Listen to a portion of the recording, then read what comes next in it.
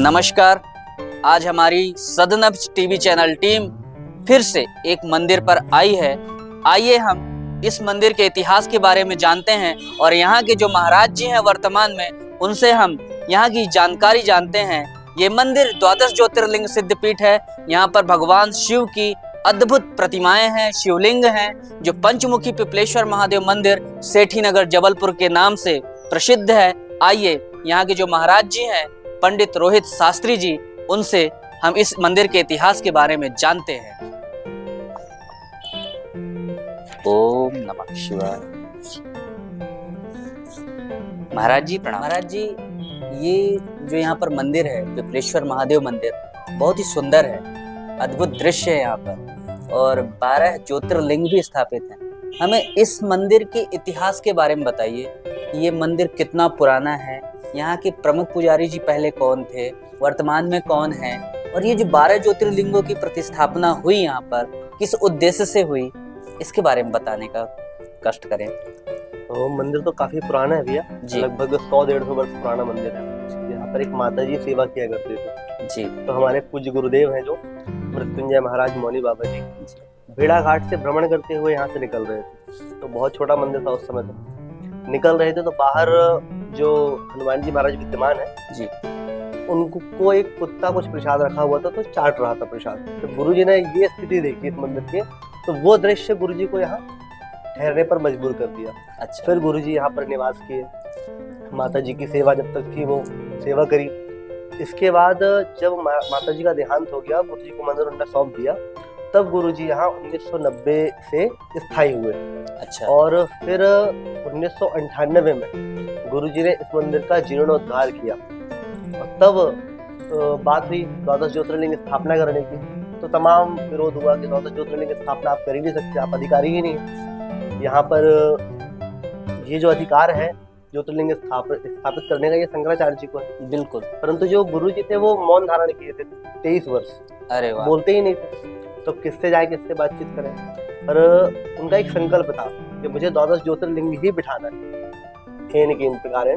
पर जैसे ही गुरु जी का संकल्प था, भगवती की आराधना करते थे, तो ऐसा संयोग बना कि निश्चलानंद जी आए हुए थे जबलपुर जी। उन्होंने पत्र भेजा, लिखते बोलते तो थे नहीं, पत्र भेजा। तो जैसे डेट दे दी इनने पहले से कि हमें इस समय स्थापना करनी है, विरोध भले कितना भी हो। पर ऐसा संयोग बना, उनको स्वयं प्रेरणा हुई। तो निश्चलानंद जी आए, स्वयं भूमि पूजन किया उन्होंने उनका। देखिए संयोग। फिर इसके बाद लगभग 15 दिन ही हुए होंगे कि स्वरूपानंद जी महाराज भी आए। उनके द्वारा पुनः यज्ञ मंडप का कलश रखाया गया, जब भव्य यज्ञ हुआ।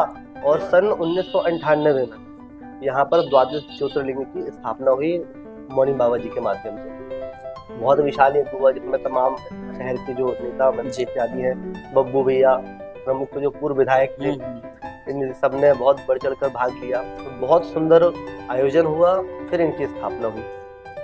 उस समय मौनी बाबा जी मुख्य पुजारी थे यहाँ पर, और उन्हीं के ही सानिध्य में ये मंदिर चला आया है अभी तक। जी हाँ। फिर कुछ समय और बीता, फिर गुरु जी के मन में एक और उत्कंठा हुई जी कि यहाँ पर हनुमान जी महाराज होने चाहिए।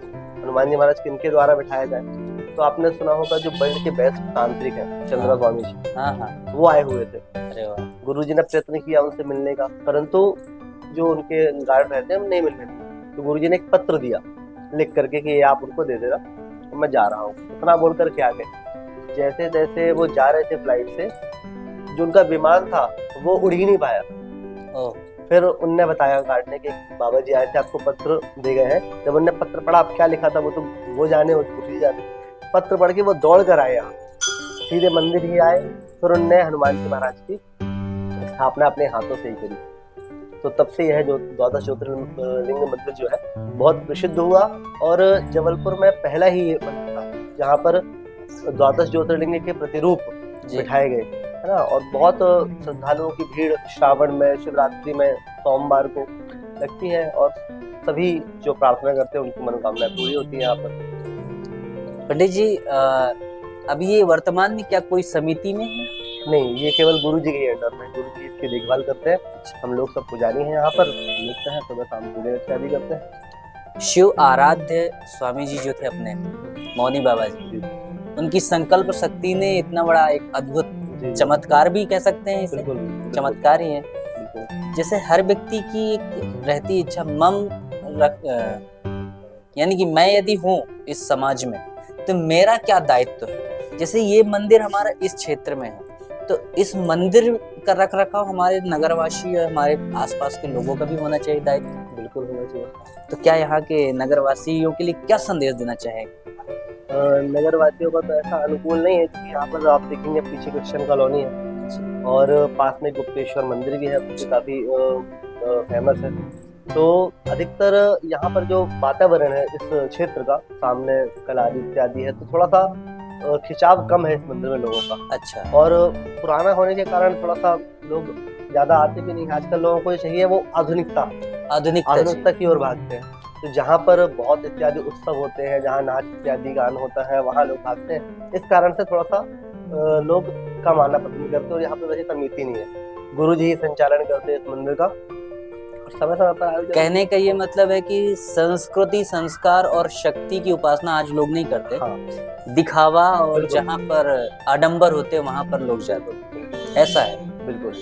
चलिए, बहुत अच्छा लगा आपसे बातें करके और इस महादेव जी के जो पावन मंदिर है यहाँ के बारे में आपने बताया। यहाँ की जो दिनचर्या है क्या है?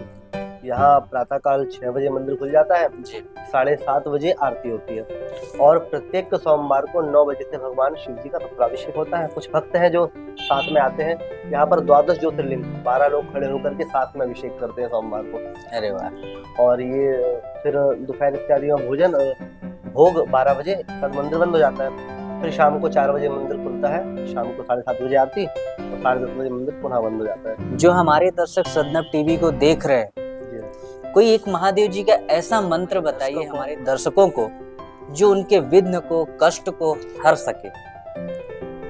भगवान शिव जी तो सर्वदा कल्याण करने वाले हैं। शिवदम कहा गया है भागवत जी में कि शिवदम, शिव का नाम लेते ही कल्याण होता है। तो एक मंत्र है, मृत्युंजय महादेव त्राहि माम शरणागतम जन्म मृत्यु जरा व्याधि मुच्यते कर्म बंधन। हे महामृत्युंजय भगवान, हे भगवान शिव, आपका नाम हम स्मरण कर रहे हैं तो जन्म और मृत्यु इत्यादि जिस बंधन में हम पड़े हुए हैं इससे हमारा मोक्ष हो, मुक्ति प्रदान हो, ऐसी आप कृपा करें।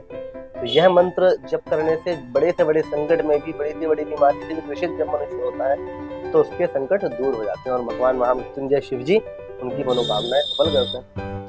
बहुत बहुत धन्यवाद महाराज जी।